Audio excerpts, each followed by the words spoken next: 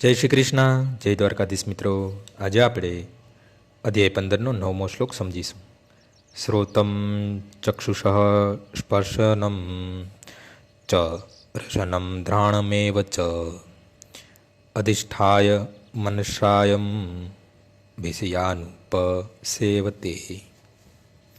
આ પ્રમાણે જીવ બીજું સ્થૂળ શરીર ધારણ કરીને અમુક પ્રકારના કાન, આંખ, જીભ, નાક તથા સ્પર્શેન્દ્રિય ત્વચા પ્રાપ્ત કરે છે કે જે મનની આસપાસ જૂથમાં એકત્ર હોય છે.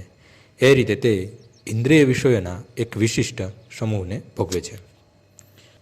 બીજા શબ્દમાં, જો જીવ પોતાની ચેતનાને કૂતરા તથા બિલાડીના ગુણ જેવી હીન કક્ષાની બનાવી દે તો તેને આગામી જન્મમાં કૂતરા કે બિલાડીનું શરીર મળે છે અને તે તેને ભોગવે છે.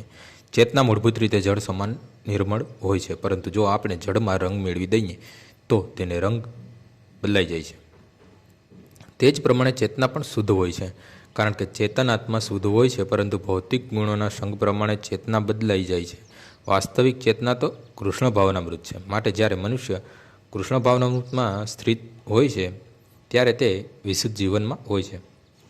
પરંતુ જો તેની ચેતના કોઈ દુન્યવી મનોવૃત્તિના કારણે મિશ્રિત થઈ જાય છે તો આવતા જન્મમાં તેને તેનું શરીર મળે છે. પુનઃ તેને માનવ શરીર મળે એ જરૂરી નથી. તે કૂતરા, બિલાડી, ડુક્કર જેવા દેવ અથવા 84 લક્ષ યોનિઓમાંથી કોઈ પણ રૂપ પ્રાપ્ત કરી શકે છે. આજનો શ્લોક અહીં પૂર્ણ થાય છે. આવતીકાલે ફરીથી સવારે 6 વાગ્યે મળીશું. જય શ્રી કૃષ્ણ.